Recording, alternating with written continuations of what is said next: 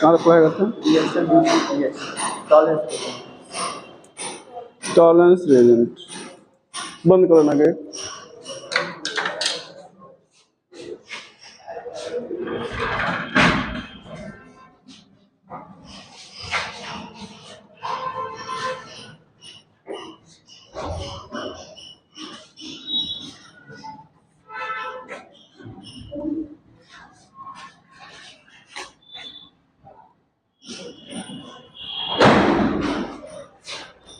Reaction with Tollens reagent.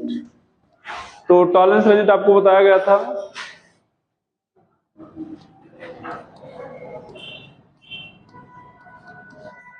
Ammoniacal silver nitrate.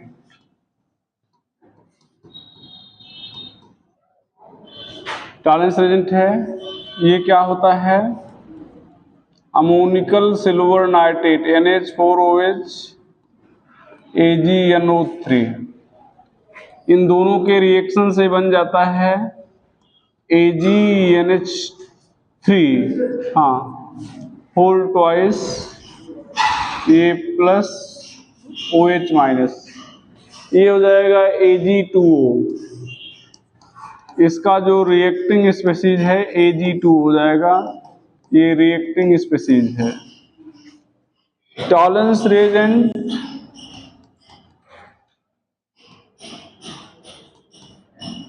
gives positive test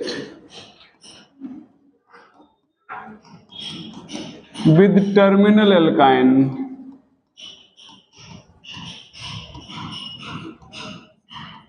Tolerance reagent gives positive test with terminal alkyne,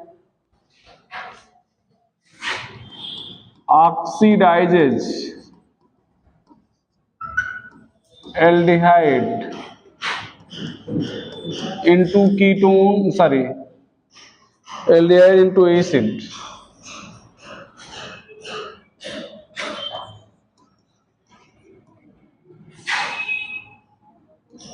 Formic acid into CO2।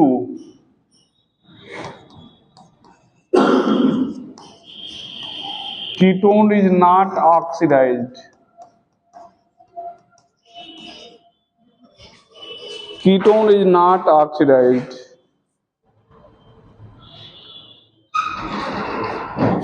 Ketone, हाँ आ जाओ सभी आ जाओ। Ketone is not oxidise.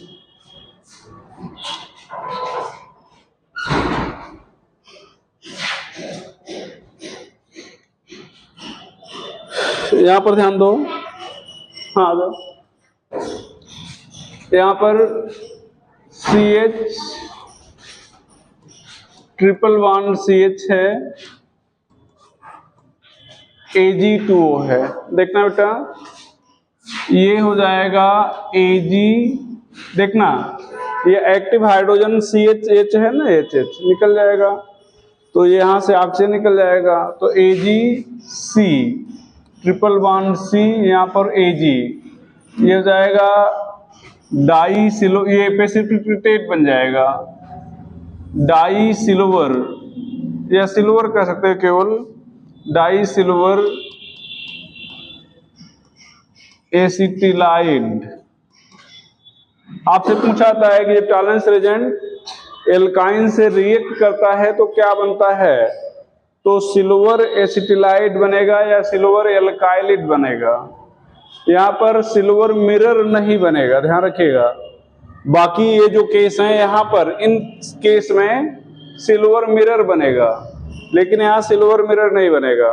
और ये ध्यान देना बेटा, इधर ध्यान दो, ये ब्यूट-1 है, ये क्या है, ब्यूट-1। यहाँ पर दो मॉलिक्यूल ले रहे, जरूरी है एक ब्यूट-1 लो, यहाँ पर Ag2O, तो ये क्या हो जाएगा CH3 CH2C, यहाँ पर Ag, ये प्रेसिपिटेट बन जाएगा, ठीक है, यहाँ पर H2O बन जाएगा।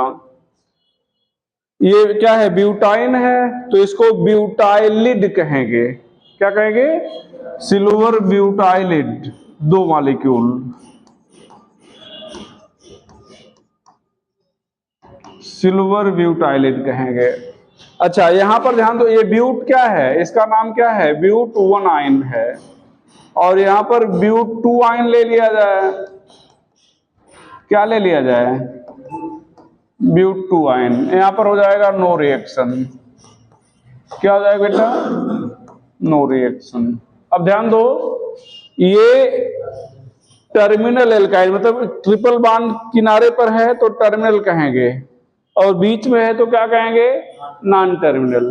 तो टर्मिनल और नॉन टर्मिनल एल्काइन में अगर पहचान करना है कि कौन टर्मिनल है और कौन नॉन टर्मिनल है, तो सिल्वर सॉरी टॉलरेंस रेजेंट डाल दो, तो जिसमें प्रेसिपिटेट आ जाएगा और टर्मिनल होगा, और प्रेसिपिटेट नहीं आएगा तो क्या हो जाएगा, नॉन टर्मिनल। मतलब terminal and non terminal alkyne can be distinguished with the help of Tollens reagent. ठीक है, रिमूव कर दे बेटा, तो लिख लेगा। आपसे पूछा जाता है कि एक बॉटल में ब्यूट 1 आयन है, दूसरे में ब्यूट 2 आयन है, दोनों का लेवल हट गया, कैसे बताएंगे किसमें 1 आयन है किसमें 2 आयन है, टॉलरेंस रेंज डालेंगे, जिसमें प्रेसिपिटेट आ जाएगा वो 1 आयन है, जिसमें प्रेसिपिटेट नहीं आएगा वो 2 आयन है। ठीक है, तो लिख लेंगे नोट करके,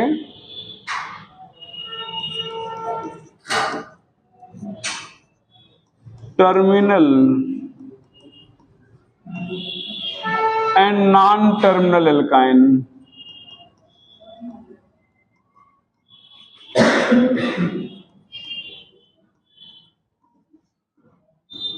can be distinguished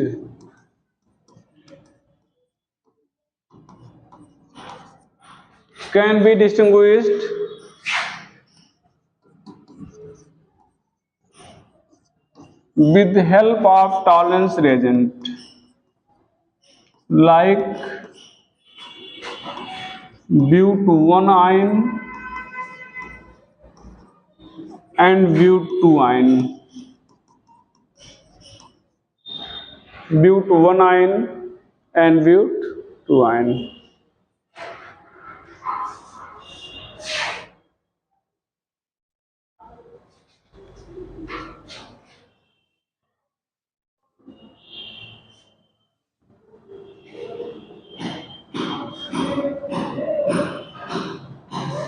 हो गया, कुछ क्वेश्चन पूछ लिया जाए, चलो देखें। पहला question,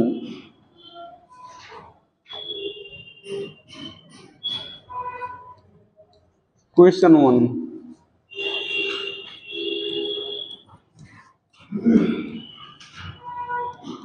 unsaturation of carbon chain is detected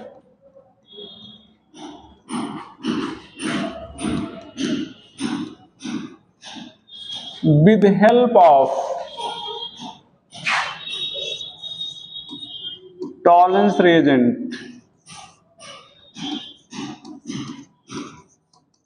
Br2 liquid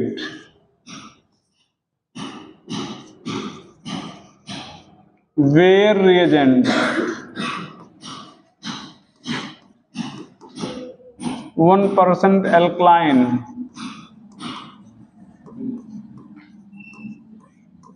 KMNO4 D both B and C।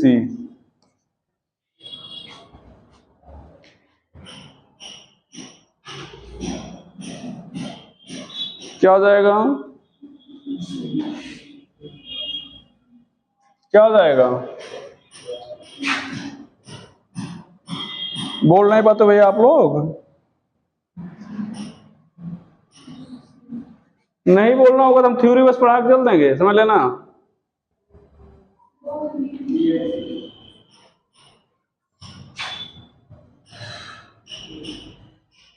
Unsaturation of carbon chain both B and C. Question 2,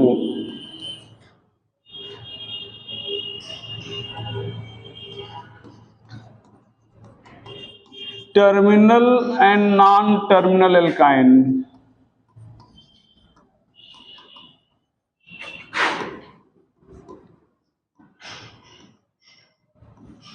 can be distinguished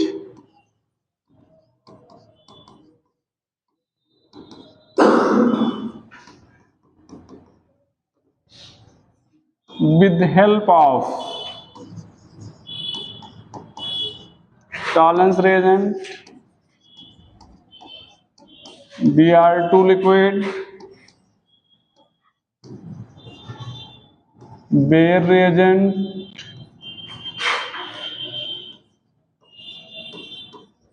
both B and C.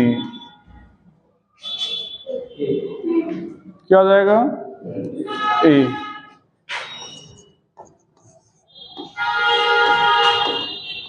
In reaction of tolerance reagent and alkyne, tolerance reagent acts as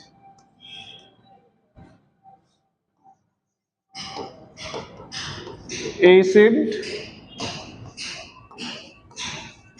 base, oxidizing agent.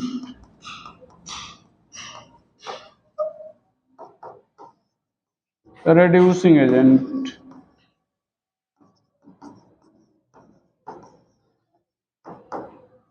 Reducing agent. हाँ,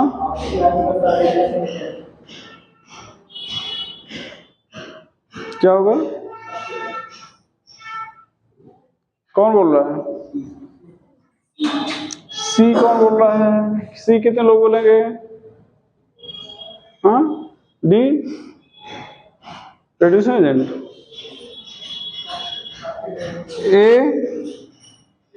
ए वाले कितने लोग हैं? B वाले किस तरह set कर रहा है? बेस की तरह। मेटेलिक ऑक्साइड बेस होते हैं। और यहाँ reaction due to active hydrogen पढ़ रहे हो। एक्टिव हाइड्रोजन में क्या पढ़ाया था? एल्काइन किस तरह सेट कर रहा है? एसिड। एक्टिव हाइड्रोजन के कारण रिएक्शन हो रहा है ना, तो एक्टिव हाइड्रोजन में एल्काइन किस तरह सेट कर रहा है? एसिड। तो इसका मतलब टॉलरेंस रेंज क्या है? बेस की तरह कार्य करेगा। Question 4, when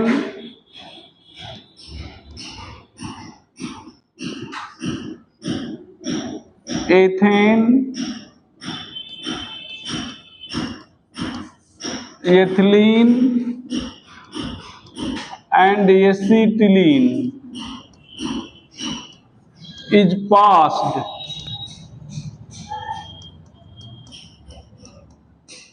in solution of tolerance reagent, which gas will not come out? Which gas will not come out? Ethane, ethylene,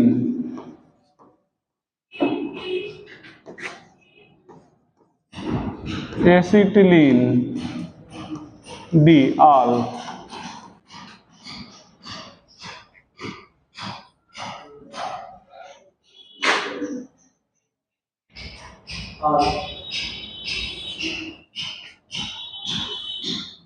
कुछ दिमाग है? हाँ, कौन सी बात नहीं रहेगी?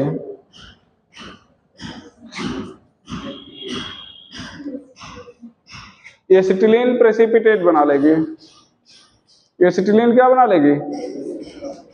एथेन और एथिलीन रिएक्ट ही नहीं करेगी, तो दोनों बाहर आ जाएंगी। पास करते रहो ऐसे। Question 5,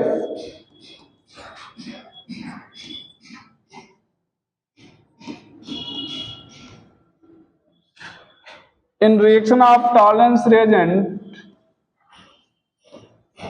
and alkyne,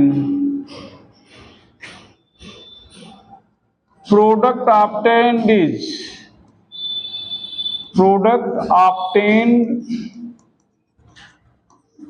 is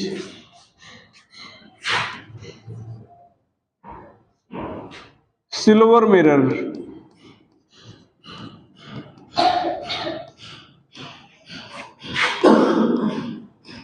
Ag2O, silver एल्काइलिड,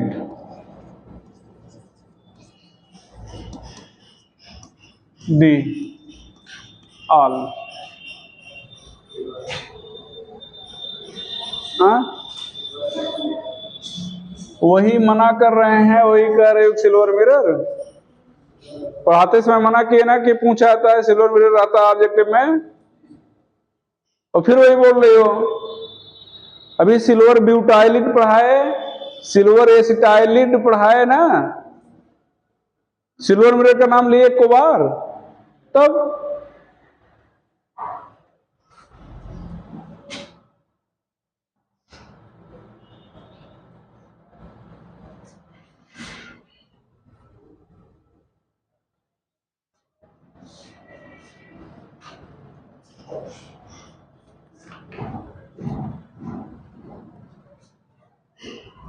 यहां पर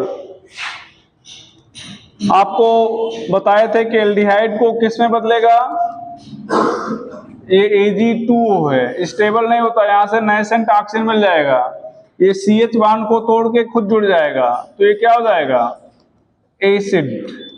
और यहां पर सिल्वर मिरर मिलेगा, इसको कहेंगे सिल्वर मिरर। मतलब एल्डिहाइड के साथ रिएक्ट करेगा तो सिल्वर मिरर मिलेगा, ये बेंजल्डिहाइड से भी रिएक्ट करेगा,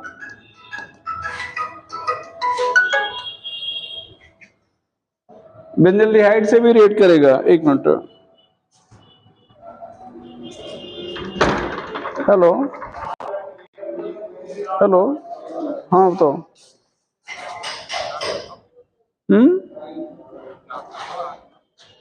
कहाँ से आ रहे हो? तो निकल चुके हो? हाँ, तो गोसाई जो कि निकल जाना, और क्या। जो भी बस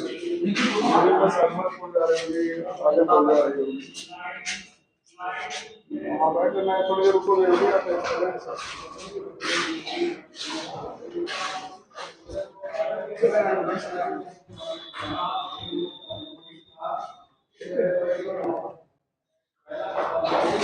हमारे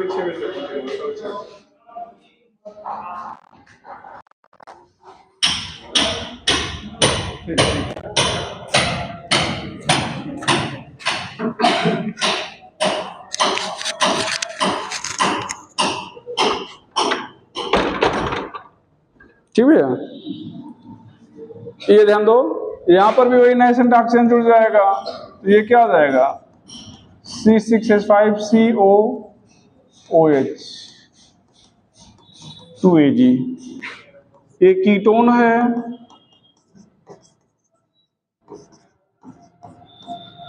यहां पर नो रिएक्शन, नो रिएक्शन, ठीक है। ये फार्मिक एसिड है,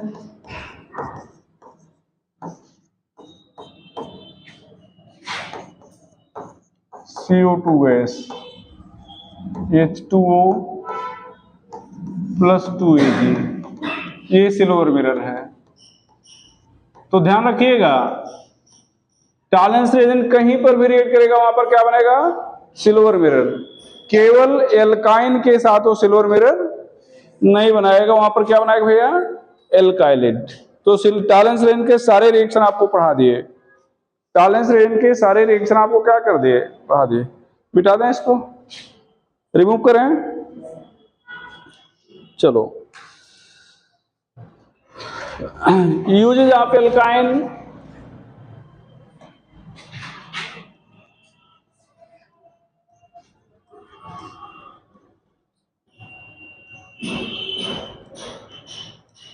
C2H2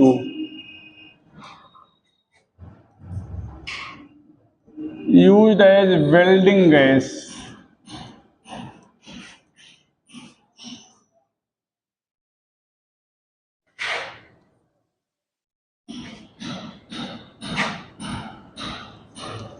in oxyacetylene torch, नाम ही है एसिटिलीन, तो वहां तो कोई बहुत समस्या है नहीं, ठीक है।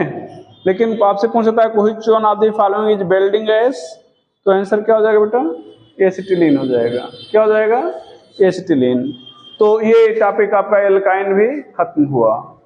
आप रिमूव कर रहे हैं इसको। एरोमेटिसिटी नया टॉपिक और हाइड्रोकार्बन का अंतिम topic.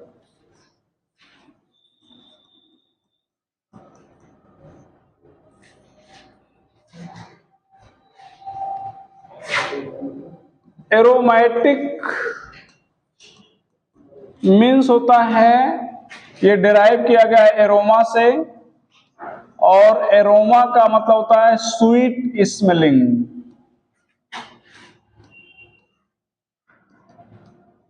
Sweet smelling obtained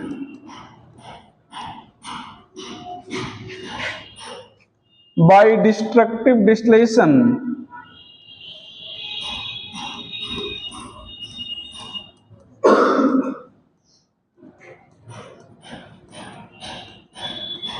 of coal or fractional distillation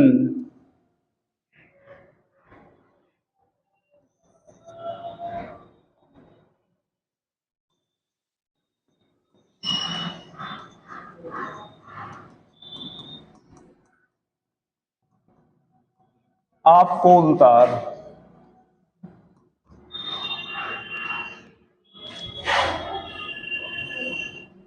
fractional distillation of coal tar याद रखिएगा, fractional distillation of coal tar। Fractional और डिस्ट्रक्टिव में कंफ्यूज ना होइएगा।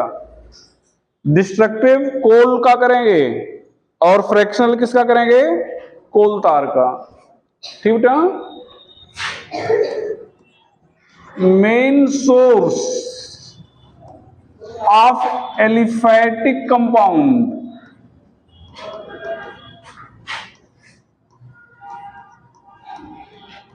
पेट्रोलियम,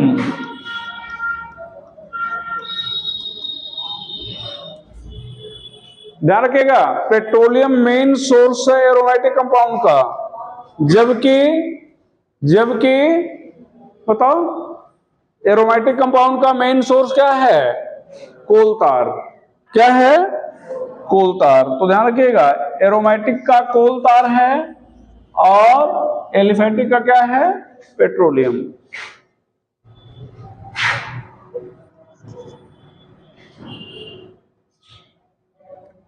ध्यान दो, अब यहां पर एरोमेटिसिटी जो लिखे हुए इसको एक्सप्लेन कर रहे हैं। एक कंपाउंड टू बी एरोमेटिक, एक कंपाउंड टू बी एरोमेटिक, अगर आपसे कहा जाए एरोमेटिसिटी क्या है तो यहां से आप बताएंगे, ठीक है। It should be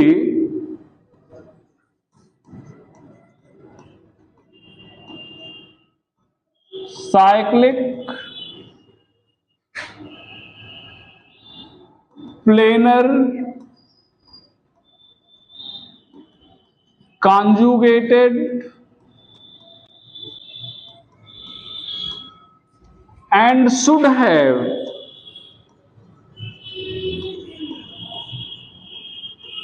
four n plus 2 pi electron, should have 4n plus 2 pi electron, i.e.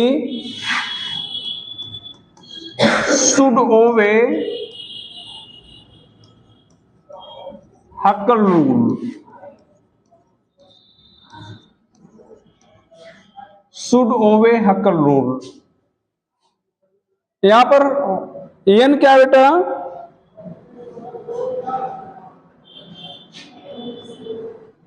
where n is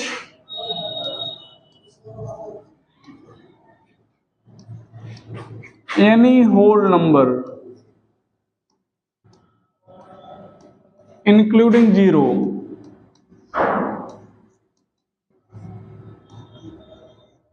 zero भी इंक्लूड होगा। यहां पर value of n, number of pi electron, 0 1 2 3। यहां पर कितना हो जाएगा, 2 6 10 14 पाई इलेक्ट्रॉन।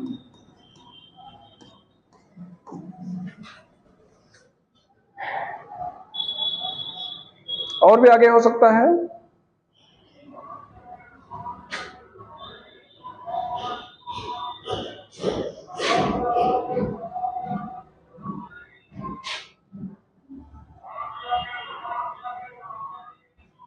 नोट करके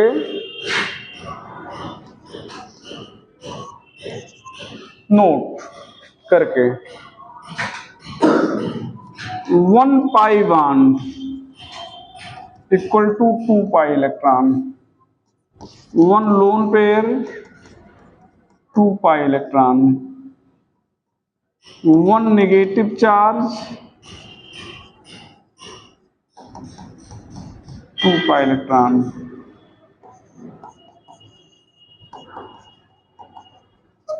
other things is not considered.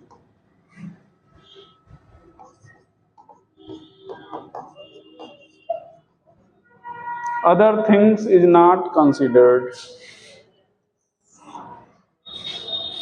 Other things is not considered.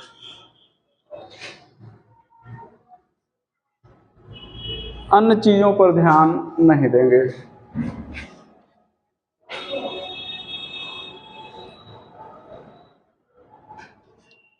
एक और चीज बेटा, ये नोट में मान लो पहला पॉइंट है, अगर किसी भी पोजीशन पर एक से ज्यादा पाई बॉन्ड है, एक से ज्यादा पाई बॉन्ड है, एक से ज्यादा लोन पेयर हैं, या एक से ज्यादा नेगेटिव चार्ज हैं, या पाई बॉन्ड के साथ कोई और कंडीशन है, तो एक ही कंसीडर करेंगे, उस पोजीशन पर दो काउंट नहीं करेंगे। ठीक है, तो लिख लेंगे if any position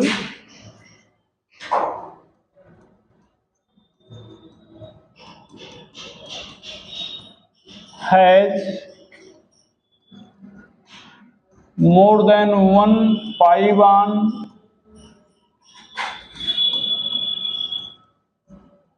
negative charge or lone pair, then only one is considered.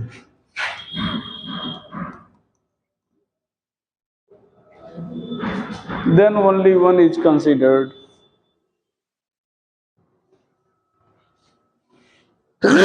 Sorry. Then only one is considered.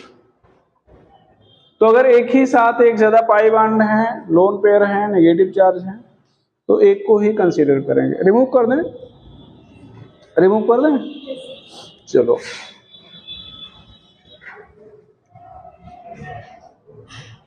देखना बेटा, एग्जाम्पल में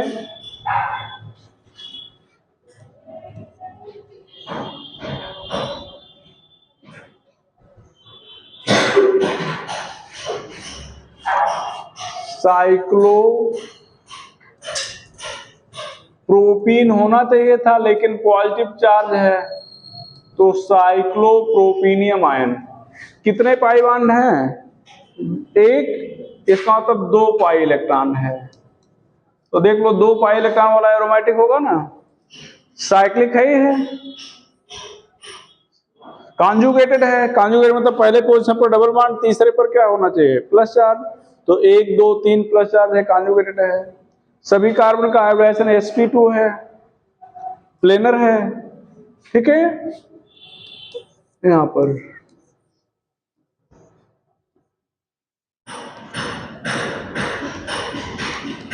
ट्रोपोलियम,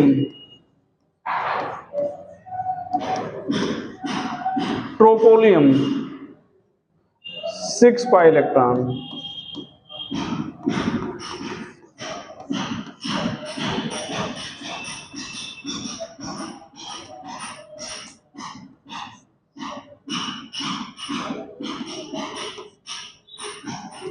साइक्लो पेंटाडाइईन एनायन 6 पाई इलेक्ट्रॉन। कैसे भैया 6 पाई कैसे है? 2 पाई बॉन्ड के कारण 4 पाई इलेक्ट्रॉन और नेगेटिव चार्ज है।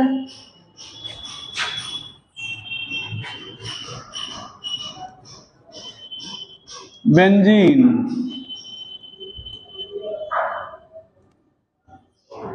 कितने 6 पाई इलेक्ट्रॉन। बेंजाइन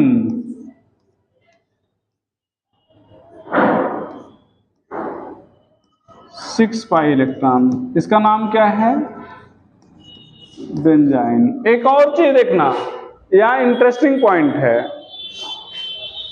देखना कितने पाई बॉन्ड दिख रहे हैं? 1 2 3 4, 4 दिख रहे हैं ना? तो 4 पाई बॉन्ड के कारण तो 4 दूनी 8 होना चाहिए था, लेकिन बताया गया एक ही पोजीशन पर अगर 2 है तो लोग 1 काउंट करेंगे, 6 हो गया, चूंकि यहां 1 माना जा रहा है। इस कार्बन का हाइब्रिडाइजेशन क्या है? इस कार्बन का हाइब्रिडाइजेशन क्या होगा? क्या होगा? sp2। क्या होगा? sp2। जहां पर हाइब्रिडाइजेशन sp होता है वहां पर बॉन्ड एंगल 180 होता है। क्या होता है? और ये बॉन्ड एंगल 180 दिख रहा है। जहां पर ट्रिपल बॉन्ड होता है वहां पर हाइब्रिडाइजेशन क्या पढ़ा है? sp। क्या पढ़ा है? तो ये एक्सेप्शनल केस है, ध्यान रखिएगा। ट्रिपल बॉन्ड रखते हुए भी हाइब्रिडाइजेशन क्या माना जाएगा? sp2। क्या माना जाएगा बेटा? sp2। ठीक है।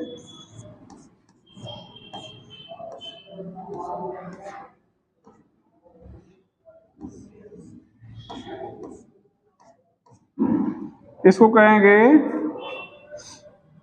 देखो नाम दिमाग से स्लिप कर गया, लिखे रहे, वो भी बताते हैं कुछ कहेंगे इसको। नेफ्थलीन।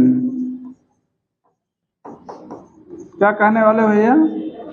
कितने पाई इलेक्ट्रॉन? 10।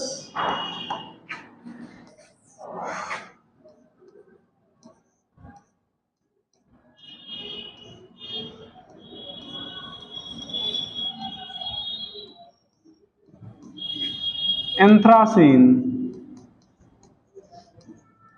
कितने पाई इलेक्ट्रॉन बेटा? 14।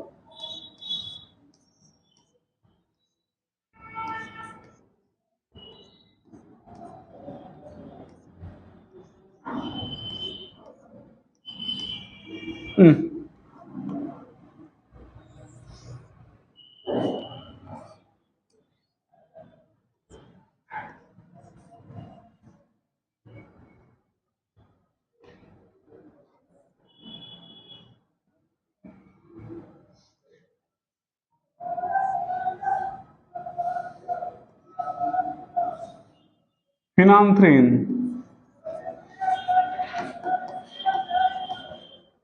कितना पाई इलेक्ट्रॉन बेटा? 14। ये 6 हो गया, 7 हो गया, ये 8 हो गया, 9।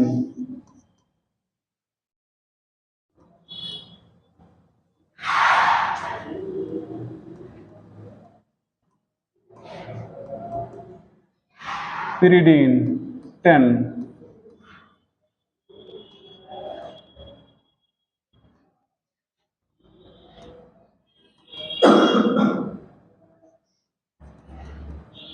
Thiophene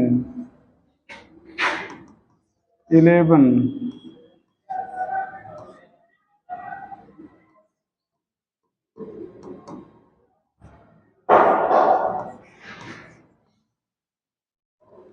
furan 12।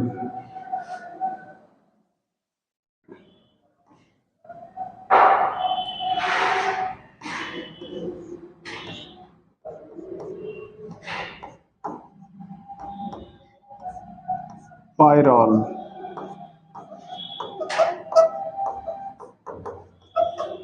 यहां पर कितने पाई इलेक्ट्रॉन हो जाएंगे बेटा?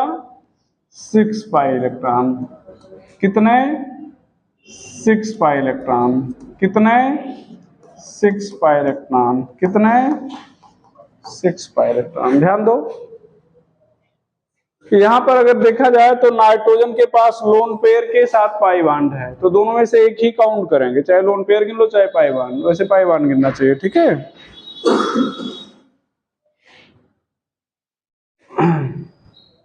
लिख लिए हो तो बताएं।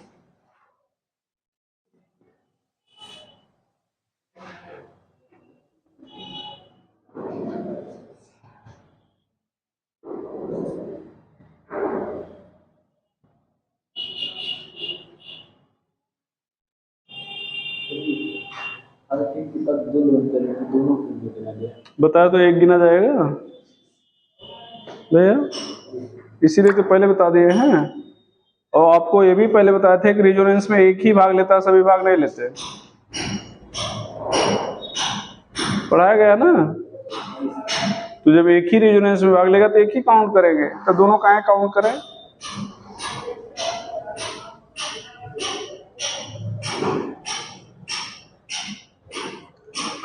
चलो बेटा,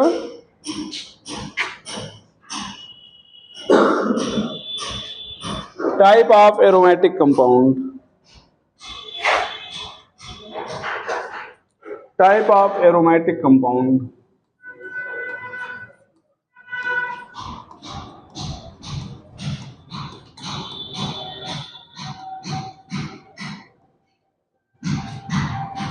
टाइप ऑफ एरोमेटिक कंपाउंड, पहला, on the basis of benzene ring,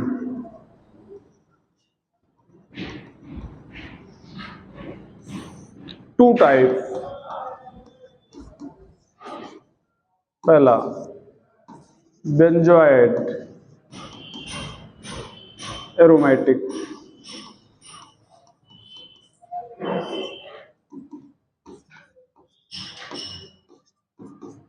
aromatic compound having benzene ring.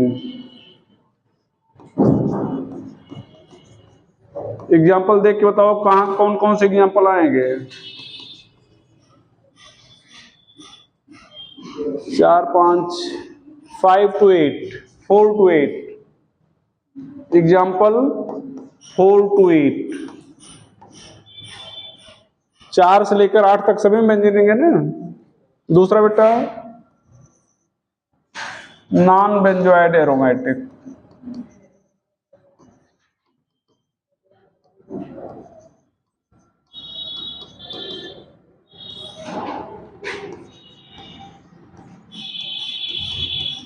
Aromatic compound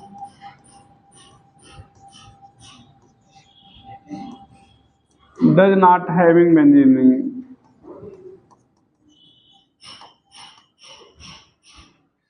having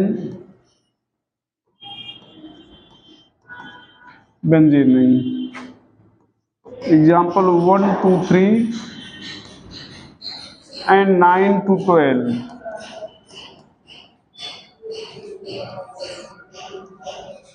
second हो जाएगा, on the basis of type of atom, on the basis of type of atom. पहला, homocyclic aromatic,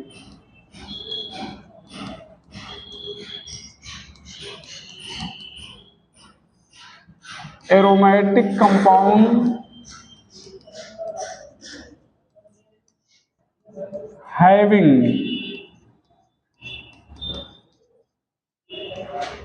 carbon and hydrogen only। Example 1 to 8, heterocyclic aromatic,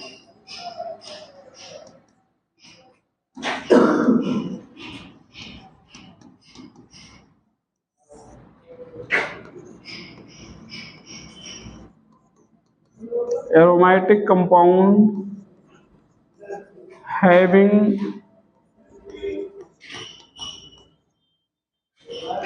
other atom also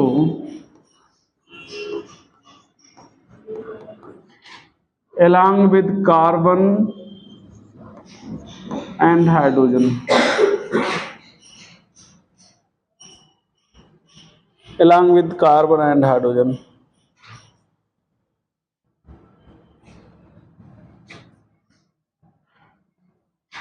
example में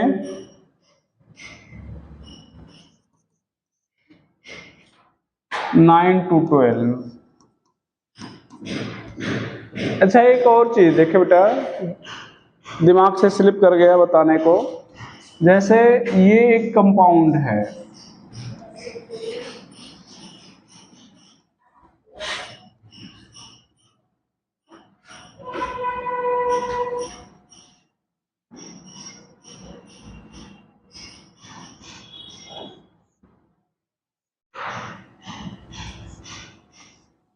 अगर आपसे कहा जाए कि क्या ये एरोमेटिक है या नहीं है, हम एक आइडिया दे रहे हैं आपको, ठीक है, तो क्या कहना पसंद करोगे? आधे लोग हाँ बोल दो, आधे लोग नहीं, क्योंकि मालूम किसी को नहीं होगा। तो क्या कहा जाए?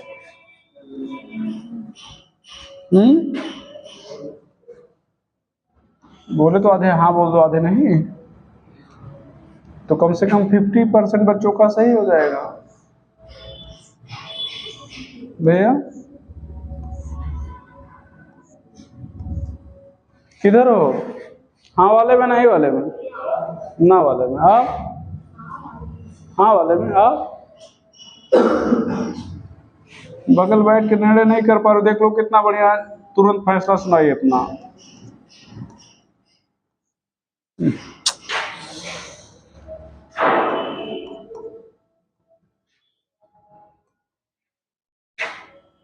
ये बांध बीच वाला जो था टूट गया, अब ये दो अलग अलग रिंग हो गई, देख लो यहाँ पर 1 2 3, मतलब 2 पाई बांड और एक नेगेटिव चार्ज के कारण 6 पाई इलेक्ट्रॉन हो गया। 1 पाई, 2 पाई, 3 पाई और एक पॉजिटिव चार्ज, 6 पाई इलेक्ट्रॉन हो गया। दोनों एरोमेटिक हैं, तो एरोमेटिक है।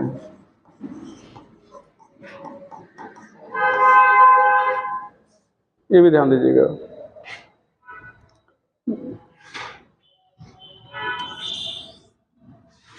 ये हालांकि हेट्रोसाइक्लिक में नहीं आएगा, होमोसाइक्लिक में आएगा। किस में आएगा? होमोसाइक्लिक में। ये अलग, इसको अलग से नोट करके देख लेना है ना,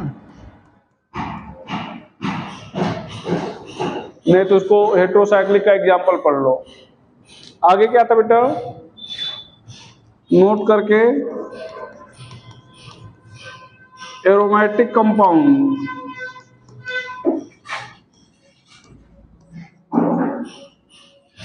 is stable and aromatic in nature, sorry, diamagnetic in nature.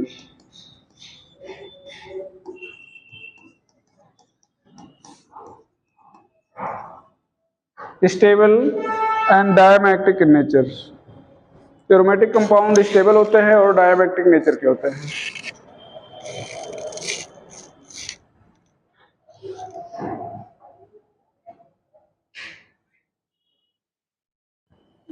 Stable होते हैं और डायमैग्नेटिक नेचर के होते हैं। चलो बेटा आगे चलो, रिमूव कर दे रहे हैं इसको भैया।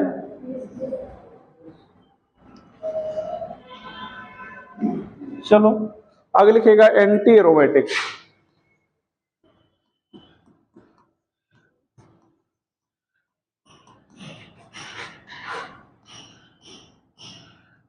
Compound, a compound 2V anti-aromatic,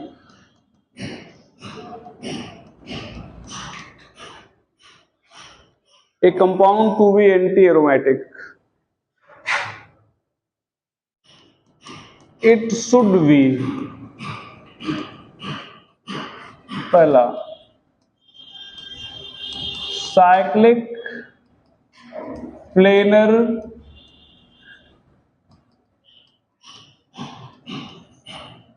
conjugated,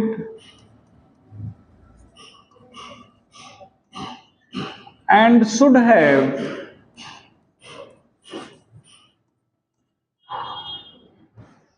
4n plus 4 pi electron. ये चौथा पॉइंट है। यहां पर n, यहां पर पाई इलेक्ट्रॉन कितना भैया?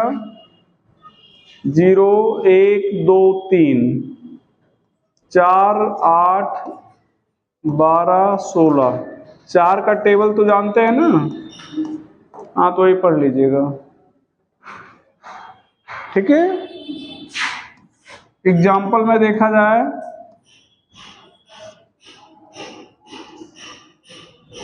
फोर पाई इलेक्ट्रॉन है, ठीक है।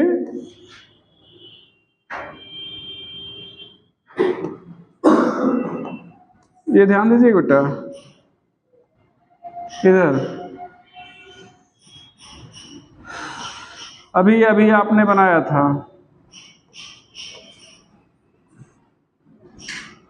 और यहां पर माइनस लिखा था। क्या लिखा था? माइनस वाला एरोमेटिक था, और प्लस वाला क्या है? Anti aromatic. ये ध्यान दो, अभी अभी यहां पर बनाया था, और यहां पर आपने प्लस लिखा था। सबसे पहला एग्जांपल यही देखा था, बस अंतर क्या था? प्लस था। यहां पर कितना? 4 पाई इलेक्ट्रॉन। नोट करके कल बनाए थे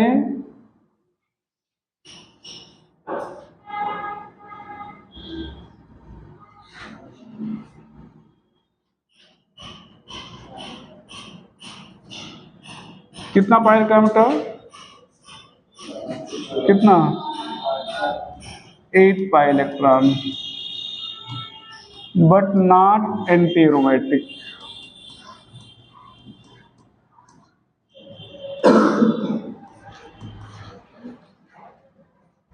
स्टेबिलिटी ऑर्डर की बात किया जाए,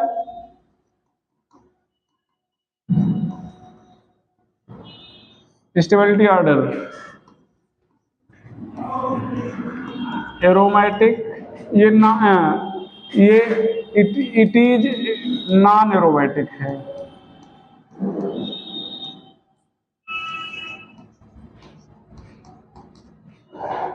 नॉन एरोमेटिक, एंटी एरोमेटिक।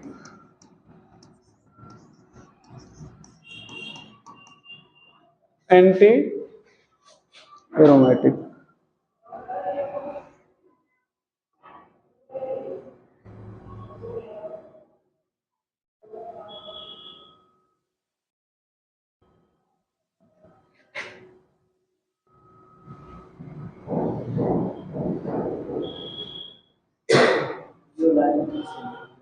हाँ, 8 पाई इलेक्ट्रॉन। हाँ, तो एरोमेटिक होना, एंटी एरोमेटिक होना चाहिए था। 8 वाले एंटी एरोमेटिक होते हैं ना। यहाँ पर क्या लिखे हो? 8 वाले क्या होते हैं? Anti aromatic. लेकिन वो 8 पाई इलेक्ट्रॉन रखता है, सारी शर्तों को भी पूरा कर रहा है, फिर भी वो एंटी एरोमेटिक नहीं है, ठीक है। ये हो गया question. Which one is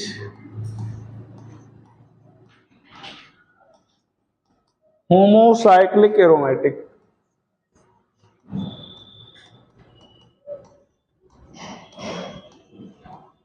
Compound।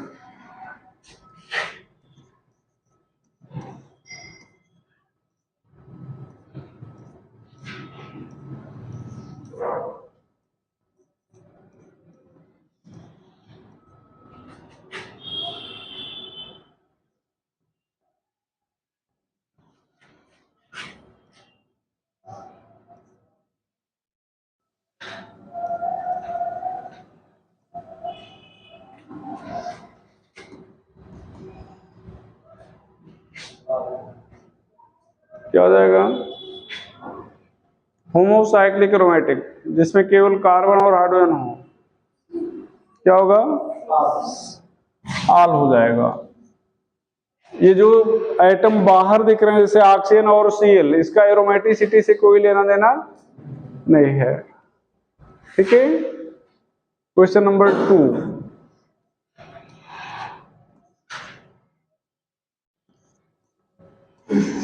C4H42 minus has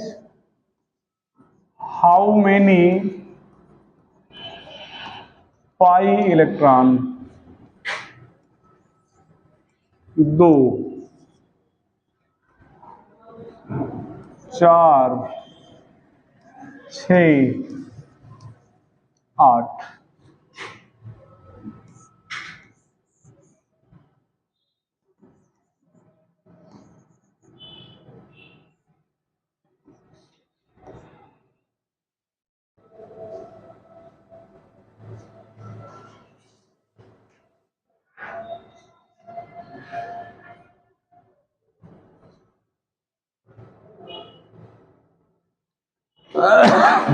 कितने हो गए भैया? कितना है? 6 पाई इलेक्ट्रॉन।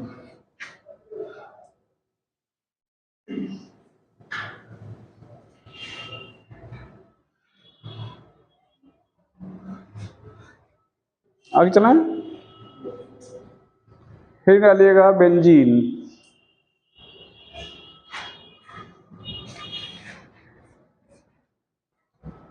रिमूव कर रहे हैं इसको, रिमूव कर दें benzene.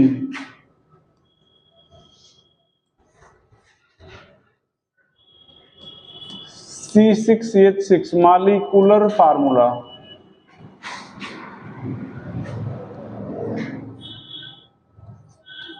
obtained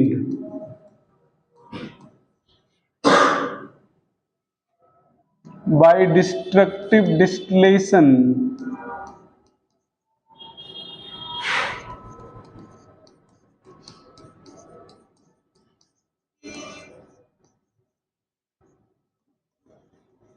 of coal tar. It is found in light oil fraction of coal tar। आपने फ्रैक्शनल डिस्टिलेशन का किया ना, तो कई फ्रैक्शन मिलेंगे, light oil fraction, middle oil fraction, heavy oil fraction, creosote, pitch, ये 4-5 पार्ट मिलते हैं। वो सब कहानी नहीं गा रहे हैं, ठीक है, जरूरत नहीं है। हाँ, ये कभी कभी पूछ लिया जाता है कि ये कोल तार के किस फ्रैक्शन में पाया जाएगा, तो आपका आंसर हो जाएगा लाइट आयल फ्रैक्शन में। कोल तार के किस फ्रैक्शन में पाया जाएगा, तो आंसर क्या हो जाएगा आपका लाइट आयल फ्रैक्शन में बेंजीन। ये फार्मूला हो जाएगा।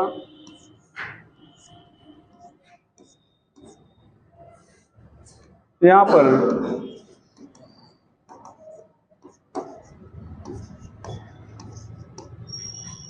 हाइब्रिडाइजेशन sp2 प्लेनर हो जाएगा,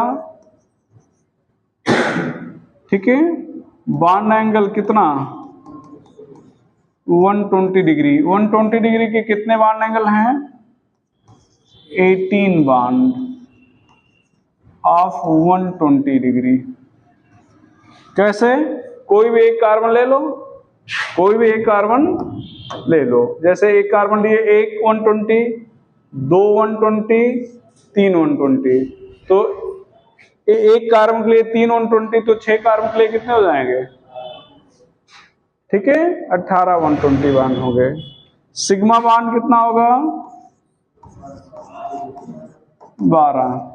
pi bond 3। Sigma pi ratio हो जाएगा 4:1।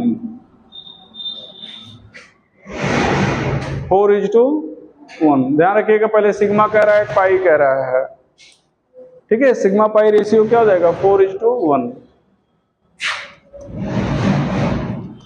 Its structure was first of all studied by Kekulé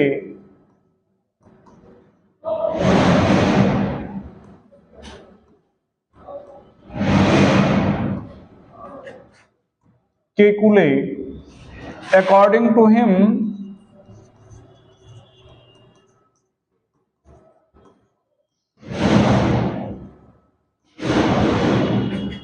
benzene has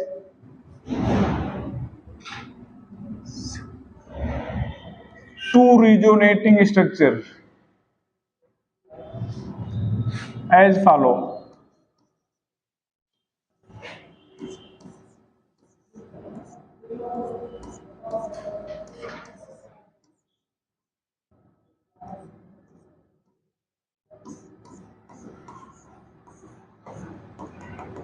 ये रिजोनेंस हाइब्रिड है, ये रिजोनेटिंग स्ट्रक्चर है, और ये क्या है, यहाँ पर बॉन्ड लेंथ नहीं बताए थे, सीसी बॉन्ड लेंथ कितना, हालांकि कई बार पढ़ा चुके हैं, 1.39 angstrom.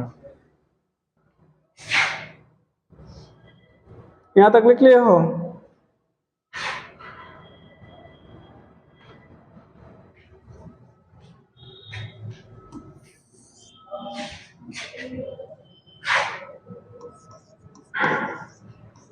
Later on, Dewar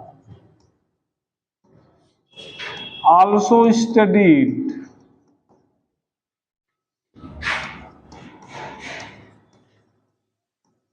structure of benzene ring as follow. तो देवार के अनुसार बेंजीन रिंग का स्ट्रक्चर ऐसा होना चाहिए।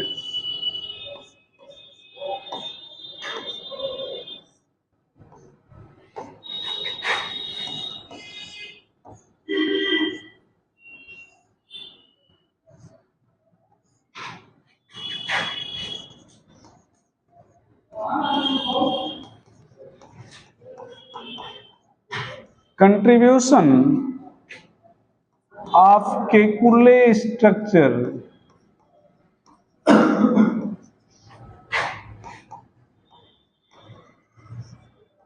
towards resonance hybrid is 80%, while Dewar structure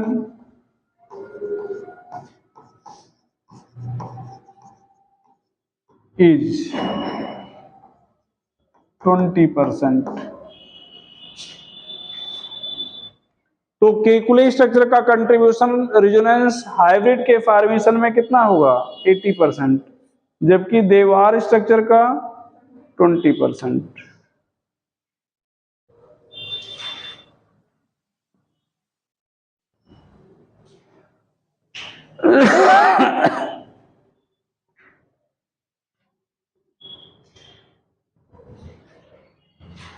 चला आगे भैया, रिमूव कर रहे हैं इसको। चलो अगला देखना, preparation of benzene ring.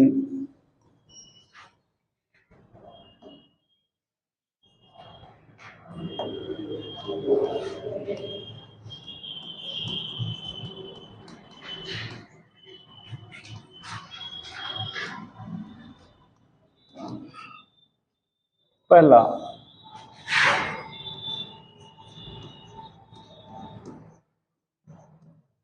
By aromatisation of alkene पढ़ाया गया है, तो फिर पढ़ाना पड़ेगा। हाँ, कैटलिस्ट क्या, कार्बन कितने होने चाहिए, कार्बन कितने,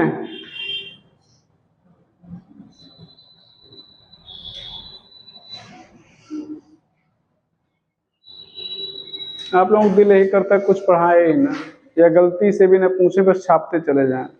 बेंजीन में कितने कार्बन होते हैं, तो आवाज नहीं निकल पा रही तुम लोगों को। हाँ, बेंजीन में नहीं मालूम कितने कार्बन होते हैं। हाँ,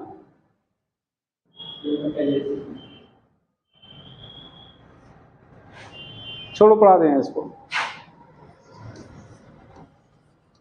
बाईसाइक्लिक पॉलीमराइजेशन ऑफ एसिटिलीन, पढ़ चुके हुए भी।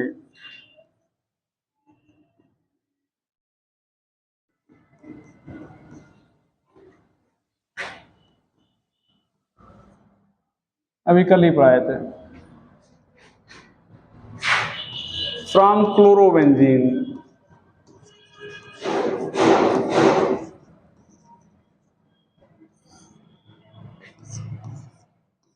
एकदम क्लास में नीरसता लिए बैठे रहते हो। क्लोरोबेंजीन यहां पर एक ये रिड्यूस करेंगे और निकल एल्युमिनियम एलॉय के साथ NaOH ले लेंगे। इन दोनों के रिएक्शन से निकल पाउडर बन जाएगा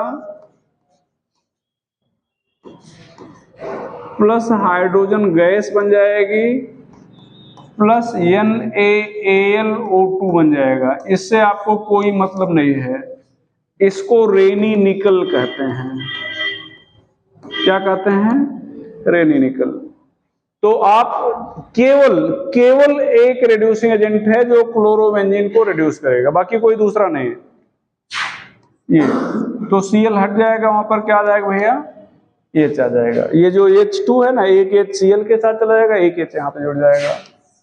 दूसरा, तीसरा हो गया। चौथा, फ्रॉम फिनाल, फ्रॉम फिनाल। यहां पर भी केवल एक है, ध्यान देना बेटा। ये जिंक है, ये यहां पर जिंक डस्ट ले लेते हैं, ठीक है। और ये बेंजीन रिंग से जुड़े ऑक्सीजन को हटा देगा। तो zinc removes oxygen attach from benzene ring.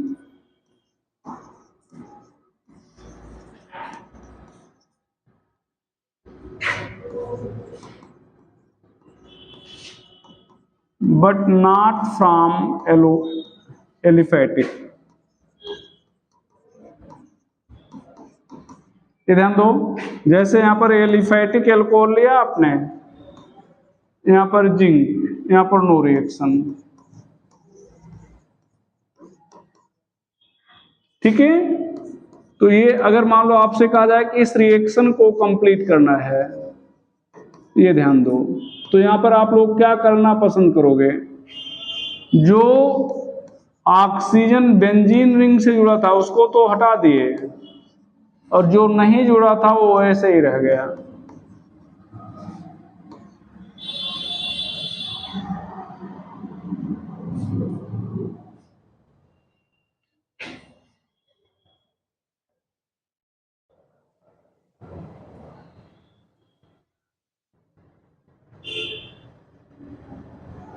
ये दोनों हेडिंग पढ़ा चुके हैं, देख लीजिएगा एक बार।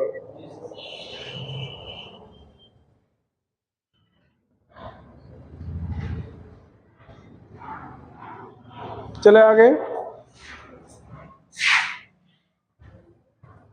फ्रॉम सोडियम बेंजोएट, ये भी पढ़ा चुके हैं।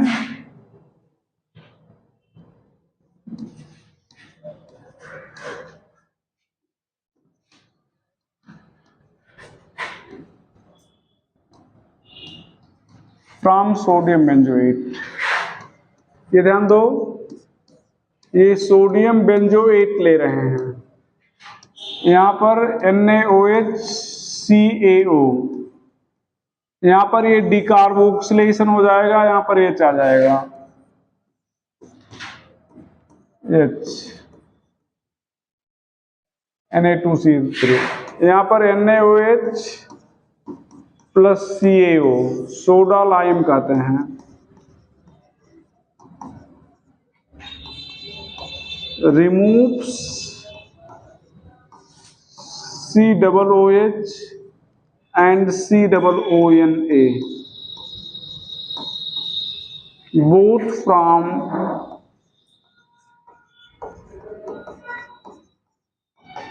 aliphatic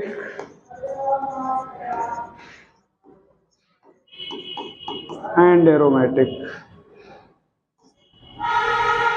and adds hydrogen. तो हाइड्रोजन ऐड कर देगा। सर भैया ये ध्यान दो, पढ़ाया गया है। तो चाहे एलिफैटिक में ले लो चाहे एरोमेटिक में, COOH रहे या Na रहे, हटाकर उसको क्या करेगा, NaOH जोड़ देगा, सॉरी H जोड़ देगा, तो मतलब ये हट जाएगा। और रिएक्शन इंटरमीडिएट क्या पढ़ाए थे, कार्बन आयन। ये ध्यान दो, रिएक्शन इंटरमीडिएट क्या पढ़ाया गया भैया, कार्बन आयन।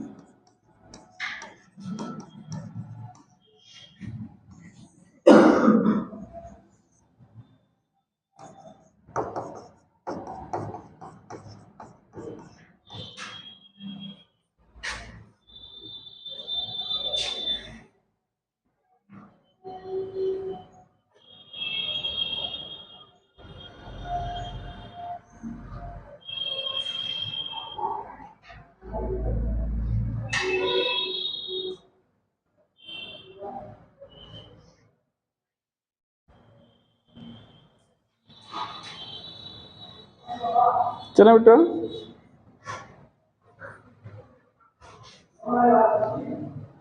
रिमूव कर रहे हैं। फ्रॉम बेंजीन सल्फोनिक एसिड,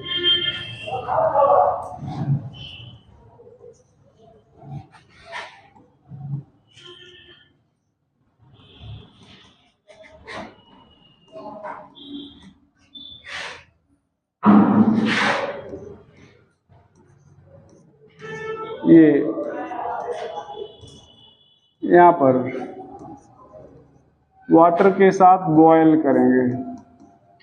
कि ध्यान दो, वाटर का जो OH है ये SO3H प्लस के रूप में निकलेगा, तो वाटर का OH इसके साथ जुड़ जाएगा माइनस, और H जो बचेगा बेंजीन के साथ जुड़ जाएगा। बात समझ रहे हो ना, ये अच्छा, ये हो जाएगा H2SO4। Chemical reaction,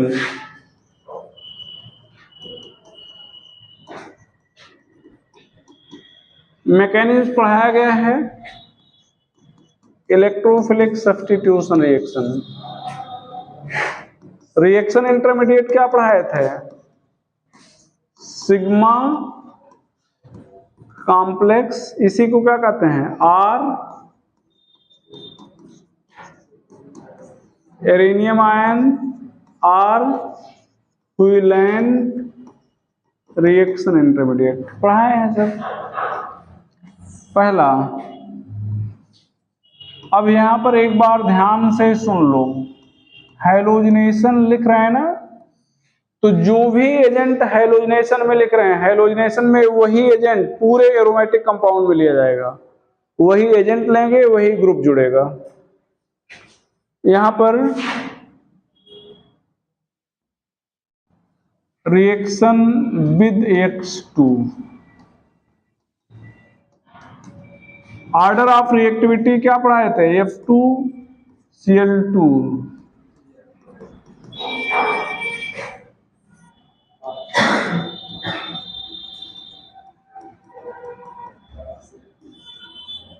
reactivity order, यहां पर ध्यान देना बेटा, इधर ध्यान देना, ये क्या ले रहे हो, यहां पर X2 ले रहे हो, FeX3 ले रहे हो, और डार्क कंडीशन ले रहे हो। अगर ये नहीं मिला तो आप X2 के साथ आयरन लेंगे और हीट करेंगे, और ऐसा करने पर आपको यहां पर X प्लस मिल जाएगा, जो रिएक्टिंग स्पेसीज होगा। रिएक्टिंग स्पेसीज पूछा जाता है, बात सुनो ना। तो ये जो X प्लस है, ये X प्लस समझिएगा, X प्लस यहां से H प्लस को हटाएगा, तो जब ये X2 टूटेगा X प्लस में तो माइनस भी बनेगा, तो जो H है वो X माइनस के साथ चला जाएगा। अब जो भी आपको यहां पे रिमूव करें इसको, मान लो आपको क्लोरोबेंजीन बनाना था, तो यहां पर आप क्या ले रहे हो बताओ? Cl2 FeCl3 डार्क, और अगर FeCl3 नहीं मिला तो RCl2Fe हीट। यहां पर क्या बन जाएगा? Cl आ जाएगा HCl। रिएक्टिंग स्पीशीज क्या हो जाएगा बेटा? Cl+।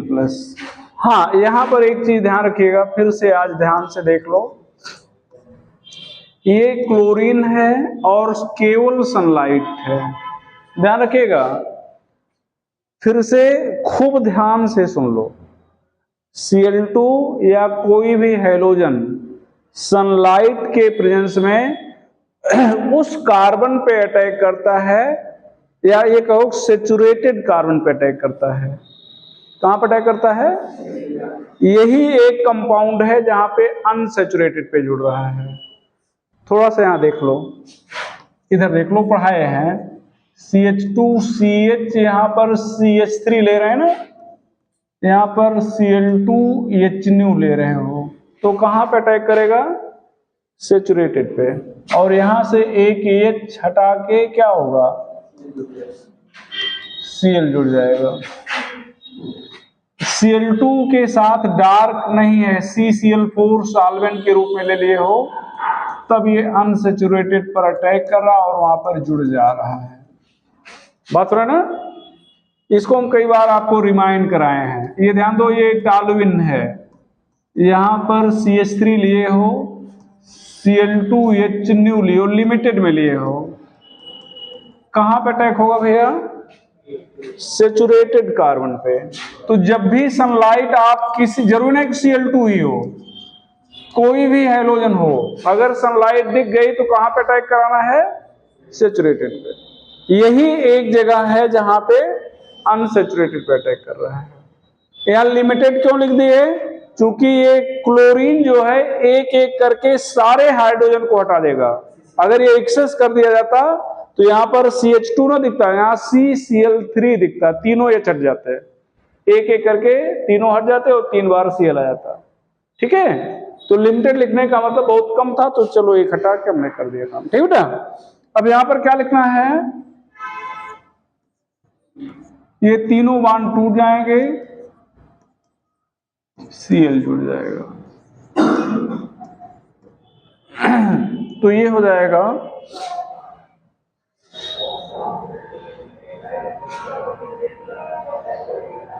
BHC। इसका फार्मूला हो गया C6H6Cl6, BHC, बेंजीन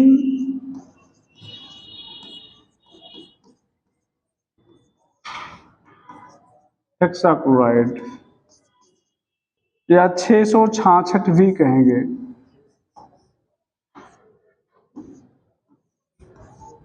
लिंडेन कहेंगे,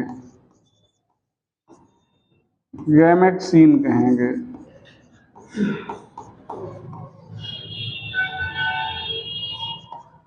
पावरफुल इंसेक्टिसाइड होता है, नॉन बायोडिग्रेडेबल होगा,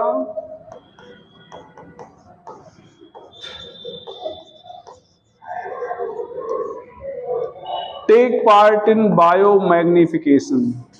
आप लोग बायो के बच्चे हैं, बायो मैग्निफिकेशन से परिचित होंगे, हम ऐसा उम्मीद करते हैं। पेस्टिसाइड आप लोग पढ़े होंगे, पेस्ट कंट्रोल के लिए यूज किया जाता है। तो पेस्टिसाइड कई कैटेगरी होते हैं, फास्फेट होते हैं, कार्ब, ठीक है, उसमें हेलोजन कंटेनिंग कंपाउंड होते हैं, कार्बामेट्स होते हैं, और बहुत सारे पढ़े होंगे, पढ़े ना? तो उसमें क्या होता है कि अगर किसी भी कंपाउंड में हैलोजन है तो उसको वो नॉन बायोडिग्रेडेबल होगा, मतलब माइक्रो ऑर्गेनिज्म उसको तोड़ नहीं पाते। जब भी हम लोग कोई चीज हमारी जमीन में पड़ जाती है नेचर में, तो उसको माइक्रो ऑर्गेनिज्म उसको क्या करते हैं? तोड़ देते हैं, डिस्ट्रॉय करते हैं। मिट्टी में फेंक दो कोई चीज, देखो बहुत दिनों बाद वो समाप्त हो जाता है। हो जाता है ना। तो जिसमें जो हेलोजन कंटेनिंग कंपाउंड होते हैं वो डिस्ट्रॉय नहीं होता, खत्म नहीं कर पाते उसको, तो ऐसे पड़ा रहता है। अब जैसे खेतों में अपने फसलों के प्रोटेक्शन के लिए आपने क्या किया, गैमेक्सिन स्प्रे कर दिया। अब क्या हुआ कि आपने फसलों के प्रोटेक्शन के लिए स्प्रे किया था, तो ये फसलों पर पड़ा हुआ है, रेनी सीजन में या बरसात के साथ ये क्या होगा, पौधों से नीचे आ जाएगा। वैसे भी छिड़कते समय भी कुछ नीचे आ जाता है, बरसात हुई जो था वो भी नीचे आ गया, जमीन में गया, लेकिन माइक्रो ऑर्गेनिज्म जमीन में होते हैं, इसको तोड़ पाएंगे नहीं। रेनी वाटर के साथ ये फ्लो करके नदियों में आ गया।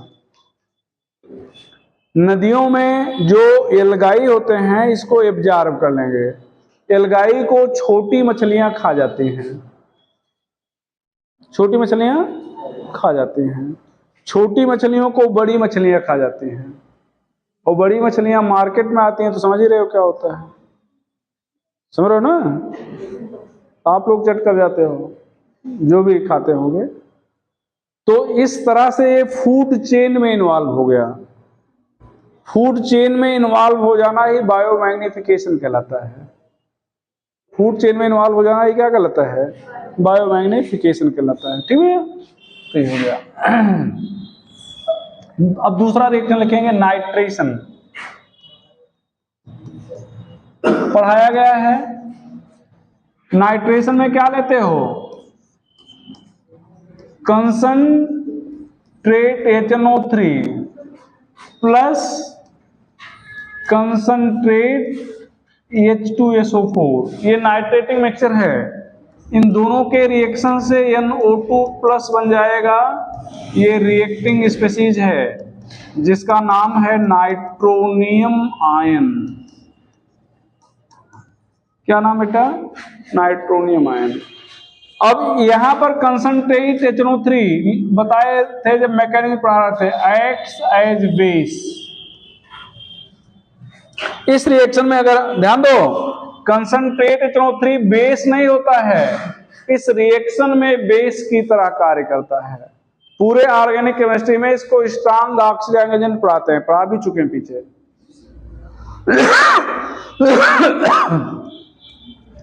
तो ये बेस की तरह करता है। एक बार नीट में भी पूछा गया था, और एक बार AIEEE का एग्जाम होता था पहले, उसमें भी पूछा गया था कि in nitration of benzene concentrate HNO3 acts as, तो आपका क्या हो जाएगा, बेस।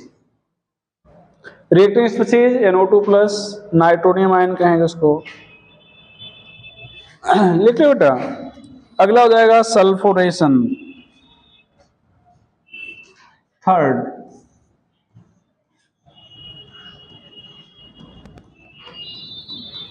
सल्फोनेशन। जब भी आप सल्फोनेशन करेंगे तो फ्यूमिंग H2SO4 लेंगे।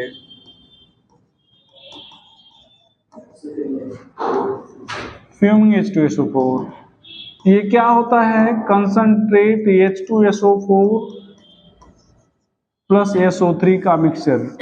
इसको आप H2S2O7 कह सकते हो, और इन दोनों को ओलियम कह सकते हो। यहां पर रिएक्टिंग स्पीशीज हो जाएगा SO3H प्लस। इन दोनों के रिएक्शन से आपको मिल जाएगा बेंजीन सल्फोनिक एसिड।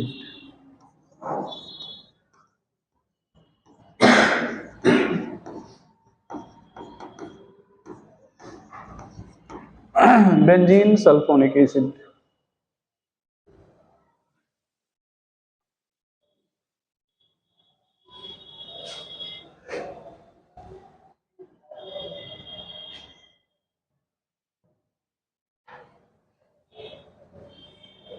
चले आगे भैया, रिमूव कर रहे हैं।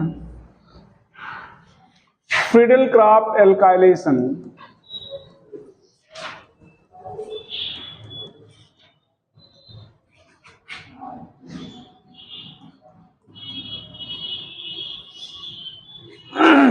यहां पर ये CH3,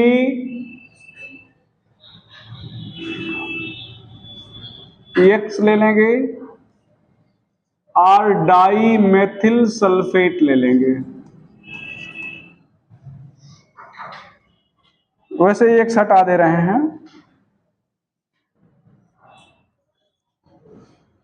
आप X लो, कोई मतलब नहीं है, मतलब फर्क नहीं है। एनहाइड्रस AlCl3, इनको मेथाइलेटिंग एजेंट कहते हैं।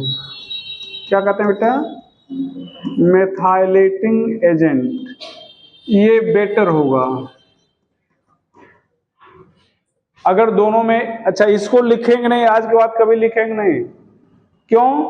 क्योंकि लिखने में थोड़ा बड़ा दिख रहा है ना, किसको लिखना आसान है, ऊपर वाला छोटा है, इसलिए ऊपर वाला ही बार बार लिख लिया जाता है। लेकिन ये बेटर एजेंट होगा। अब यहां से जो रिएक्टिंग स्पीशीज होगा क्या हो जाएगा? क्या होगा बेटा? CH3+ निकल जाएगा और ये अटैक करेगा। अब ध्यान देना, अगर आपने ऊपर वाला लिया है तो यहां से H को रिप्लेस करेगा और यहां पर बन जाएगा HI। क्या बन जाएगा? HI। HI रिड्यूसिंग एजेंट होता है जो प्रोडक्ट को रिड्यूस कर सकता है, तो इसलिए मेथाइलेशन में आप लोग इसको लेना प्रीफर नहीं करते, इसको लेना प्रेफर करते हैं। ठीक है, यहां पर ध्यान दो, हम आपको फिर से बताएं, जरूरी नहीं है कि आप जो है यहां पर CH3 लें, RX लें, यहां पर एनहाइड्रस AlCl3, ये क्या हो जाएगा भैया? R हो जाएगा। यहां पर रिएक्टिंग स्पीशीज क्या हो जाएगी? R+। यहां पर अगर आपसे कोई कहे ये है क्लोरोफार्म, क्या है भैया? एनहाइड्रस AlCl3, और ये है एक्सेस में बेंजीन, तो क्या होगा? बता पाएगा कोई?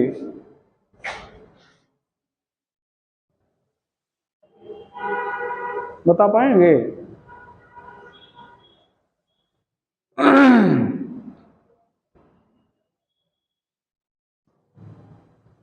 अरे यहां से नकल करो, आयोडीन हटा, आयोडीन की जगह पर क्या आ गया था? आयोडीन की जगह पर क्या आ गया था? आयोडीन की जगह CH3 आ गया था। आयोडीन किसके साथ जुड़ा है? यहां CH3 के साथ क्या जुड़ा है और यहां CH3 के साथ क्या जुड़ा है? तो आयोडीन की जगह पे क्या जुड़ गया? क्या जुड़ गया? बेंजीन जुड़ गया ना। तो यहां Cl की जगह पर क्या जुड़ना चाहिए? बेंजीन। और कितने Cl हैं? तो एक्सेस कर दियो ना, देखना तीनों Cl हट जाएंगे, तो क्या हो जाएगा? 3, क्या हो जाएगा भैया? 3 बेंजीन रिंग आ जाएगा।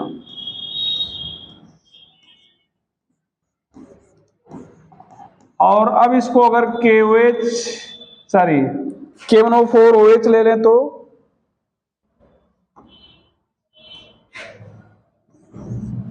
या KNO4H+ ले लें तो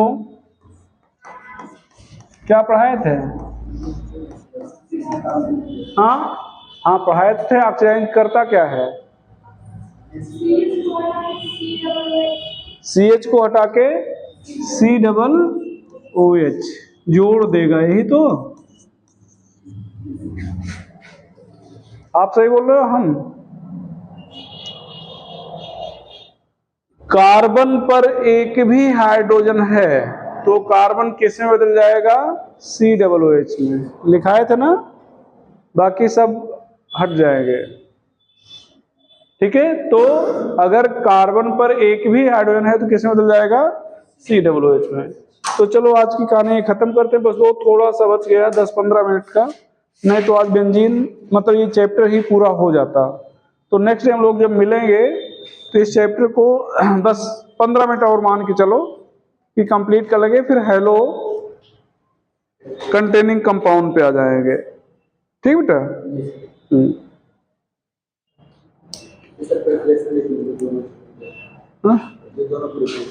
हाँ ठीक।